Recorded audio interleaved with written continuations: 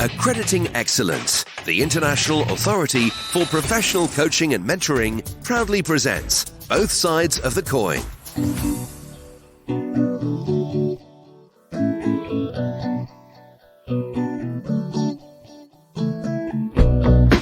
Let me ask you a question. As a coach, have you ever addressed the menopause and its wider impact on well-being or work performance with a client?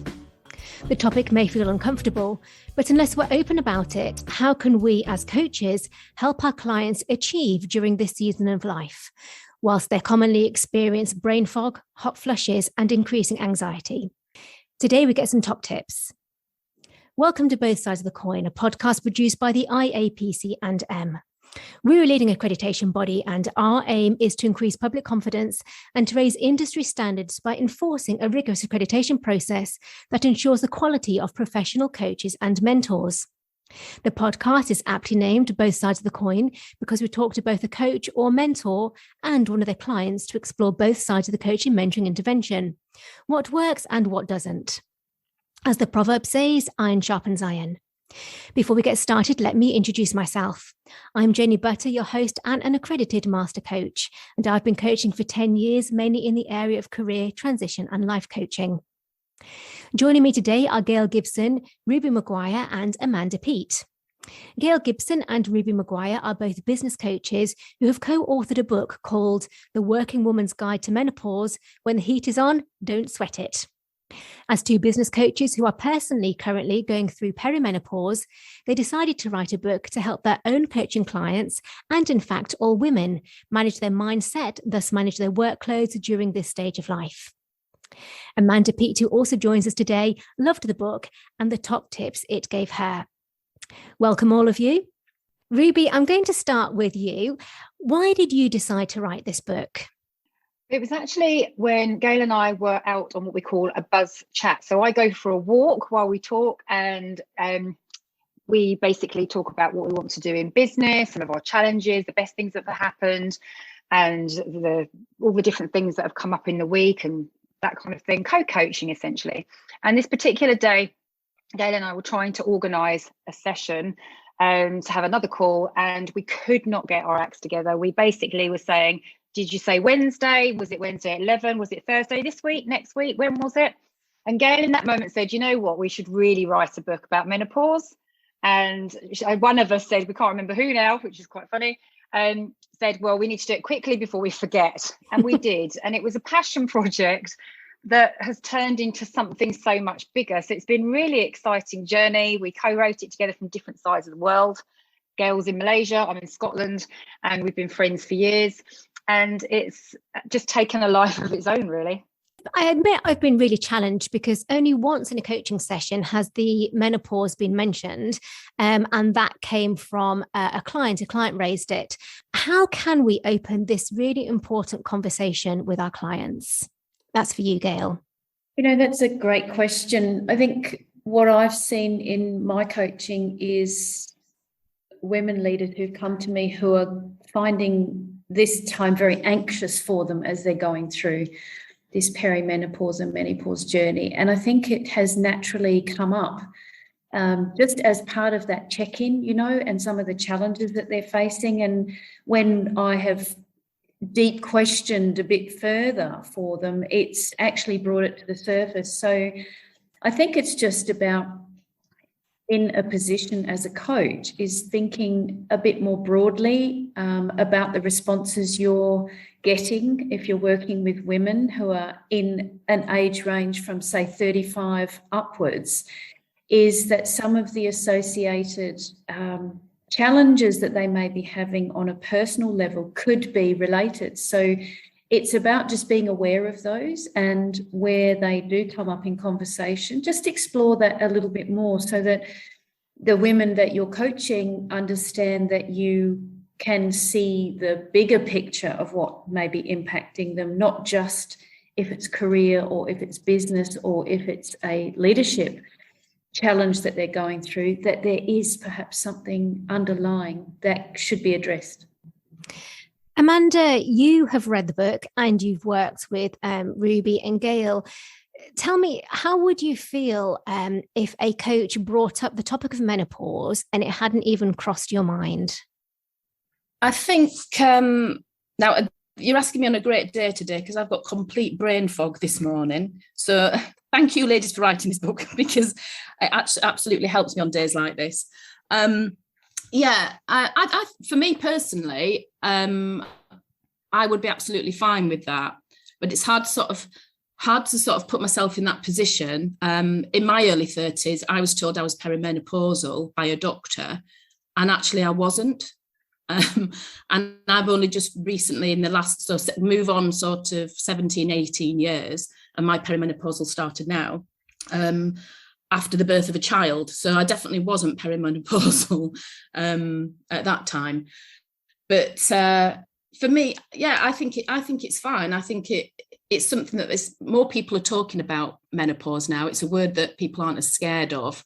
I think people are still a little bit wary because it's, oh my God, is this woman just going to go bananas now? There's that sort of, is this woman stable? I think there's quite a lot of stigma around because of women's behaviour, how erratic it can be when those hormones kick in.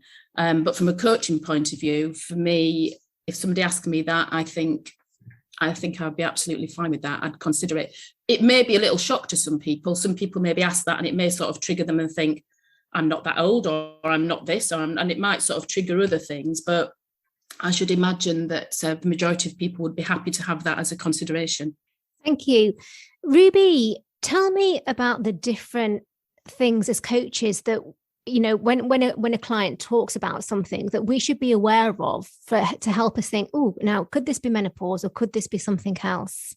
Yeah, I think this could be dangerous territory in that we want to be mindful we're not counsellors, we're not medically trained and all of those kind of things. So it's really important to, as Gail said, listen to the whole picture, notice what's going on and just be careful that we're not going into that medical territory because we're not trained. I think it's really important as a first port of call that we do that. And I think really it's then talking through and asking some thought-provoking questions around the topic. And when I think of one particular client, I was talking to her and she was really worried about the fact that she was forgetting everything, and she actually thought she had dementia. And it was clearly upsetting her. She was crying as she was talking it through. And when we dug further, we explored with her. So what's going on in your world, what's going on around in work scenarios, what's going on in your personal life, so that we could start breaking down some of these areas to see if there's something else going on. Is it a stress thing? Is it anxiety? I mean, everyone's had their anxiety raised as a result of what's been going on with the pandemic. And once you start to unpick and ask some deeper questions and those thought-provoking questions, then it's easier for you to identify if it could be that. And quite often, as the conversation unravels, they might say, I just keep forgetting everything, and I just keep having hot flushes. And before you know it, as you start digging, the conversation can open up into that area around menopause. Gail and I are very, very much against us talking about and advising against whether you should do HRT and all of those kind of topic areas. We're not getting involved in lotions and potions or anything like that.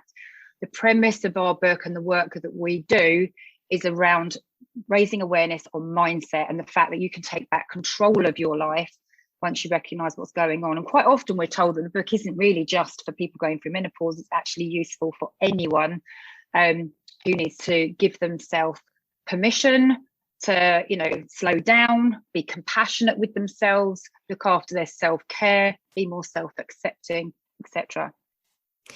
Thank you, Ruby. And throughout your book, you give loads and loads of top tips about managing mindset to get through the menopausal season of life. And you mentioned personally that anxiety was one of the things that you do have from time to time. What top tips have you got for us to coach people on how to overcome or deal with anxiety? Yeah, so for me, anxiety, I don't think I realised it was menopause related. Before the pandemic, I used to get quite worried about different things. But when the pandemic came, I actually couldn't say the word lockdown. I literally had to change it, and I reframe everything. I should be called Queen of Reframing, I think. So for me, it was a spring retreat, and then we had an autumn summer retreat, and an autumn retreat, and a winter retreat. But to me, that gave me then permission to feel calmer about it. I didn't want to feel like I was being locked down anywhere, and it felt like a prison, being a prisoner.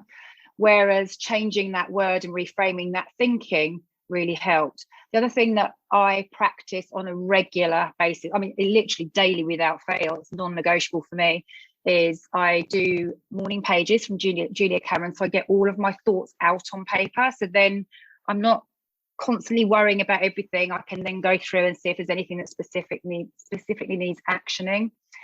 I create 3 most important tasks, which came from Stephen Covey, I believe originally, where I will literally write down 3 things. So rather than have 20 million things that I need to do in a day, like as women we do, I choose 3. I have critical actions that I work on. And if I get those done, even if I just get one of those done, that's amazing. And the other thing that I find really helpful is focusing on one thing. So rather than getting taken down a rabbit hole of all of these different things that you could do, whether it's social media or whether it's, especially when working from home, it might be, oh, I need to sort the dog, or I need to do the washing or whatever. I will actually focus on one thing, and I will set a timer, and I will focus on that one thing. And while that doesn't seem as though it will necessarily help with anxiety, it really does, because when you're focused on that one thing, you can't think about other things. You have to get yourself immersed. So you end up in a flow state, especially when you put this timer on. So you're all absorbed in that one thing that you're working on. And I found those 3 things have been game changers for me, really. So it's the morning pages, getting my thoughts out on paper, then deciding what the 3 most important things are that I need to do, and then choosing one of those as the critical one, and then focusing on that with 100% focus. And as I say, I worked a timer, so then I do like a 25-minute timer, and then I'll have a 5-minute break, and then that allows me to do something different self-care wise as well throughout the day. And it could be that I'll go and do a different task. It doesn't necessarily always mean I'm sitting meditating all day, because who's got time for that? But it helps to quieten my mind. And Headspace, actually really good app, Headspace, for meditation, another great way to just calm that anxiety down. Some really great tips there. Thank you so much, Ruby.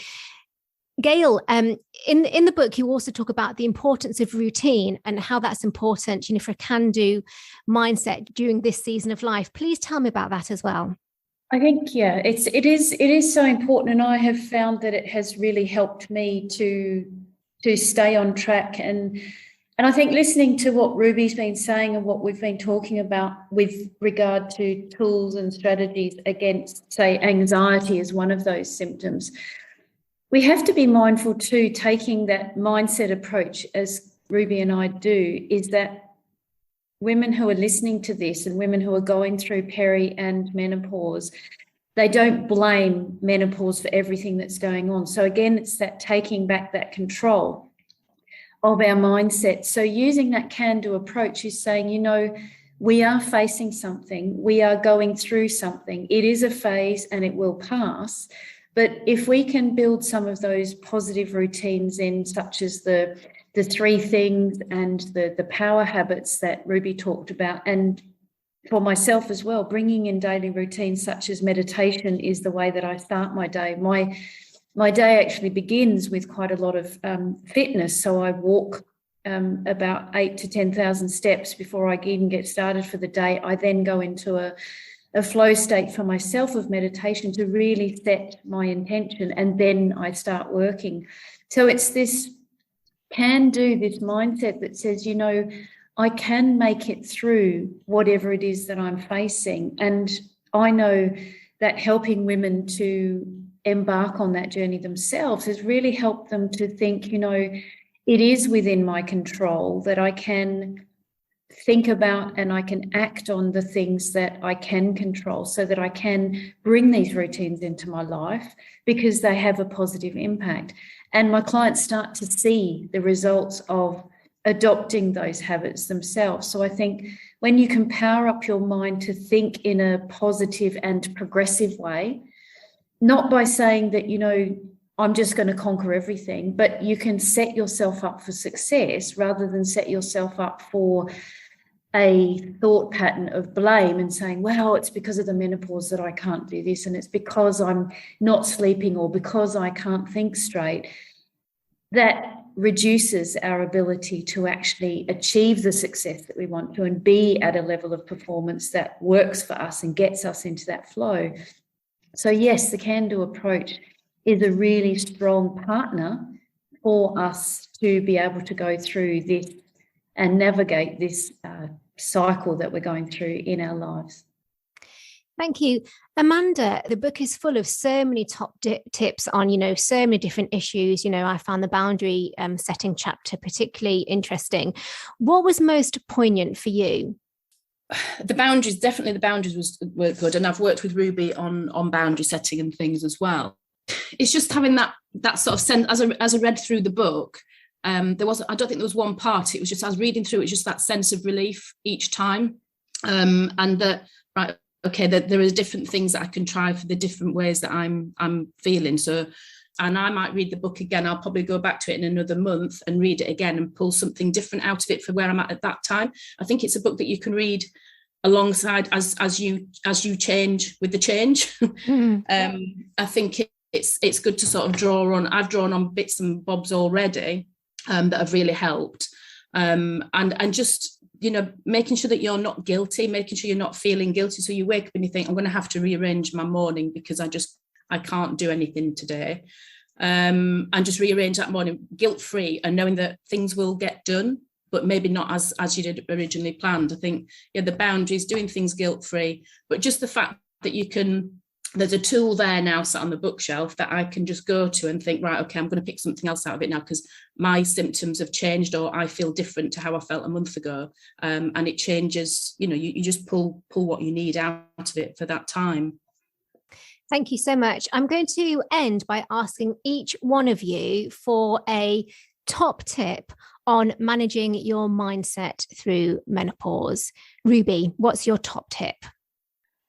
I think it really is about being kind to yourself, and being kind to yourself can include the boundaries and telling people, do you know what, I can't do that right now. A prime example, family wanted to come and visit, and I just thought, I haven't got the energy. I've got so much going on with work. I've got all sorts of different things going on. And saying with kindness, what I need right now for my self-care is not to have people stay, and then let's talk about coming next month. And it's that kind of thing, just really giving yourself permission, allowing yourself, like yesterday, a bit like Amanda was just saying, you know, sometimes you don't know how you're going to feel. Yesterday, my day was completely turned upside down because I just couldn't get started for some reason. And I just decided, right, okay, I'm going to do some exercise. I'm going to go for a walk. I'm going to do longer meditation, all of the different things. And I'll work later into the evening, different way than I normally work ever. I'm normally very much morning focused, but that's what I needed in that moment. Thank you. Gail, what's your top tip?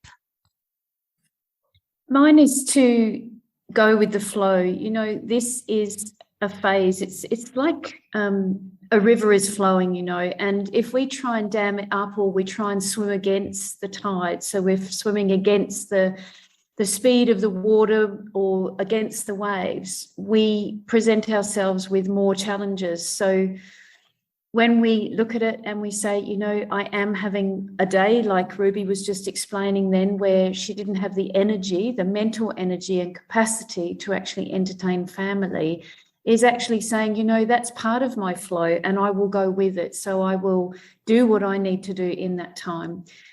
And to just, when you can tell yourself mentally that it's okay to do that, and when I go with the flow, everything around you just seems to go that much smoother, because you're not fighting, you're not putting up any barriers. And so when we physically put up barriers and mentally put up barriers, it can make some of those symptoms worse. So just go with the flow. The flow will pass, and this stage will pass in time. It's just sometimes we need to just slow ourselves down and take a breath and just let things happen. Thank you. Finally, Amanda, what's your top tip for managing mindset during the menopause? I think is to treat the hormones like an emotion. So where emotions affect your mindset, I think treat hormones like that, because your hormones are not who you are, but when they come in, they sort of can really knock you off your socks and make you feel completely different. And it's almost like a false feeling, because that's not who you truly are. But once the hormones have done what they're doing, they move on and then they'll come and go. So I think find a relationship with the hormones then, and have a little word with them and say, right, okay, this is not on, or we need to do something. And just remember that the hormones are not you. Their hormones are just sort of passing, because how they make you feel can make you feel like a completely different person. What a great discussion. Thank you so much, Gail, Ruby and Amanda. If you'd like to purchase the book, then it's called The Working Woman's Guide to Menopause. When the heat is on, don't sweat it. And it can be found on Amazon.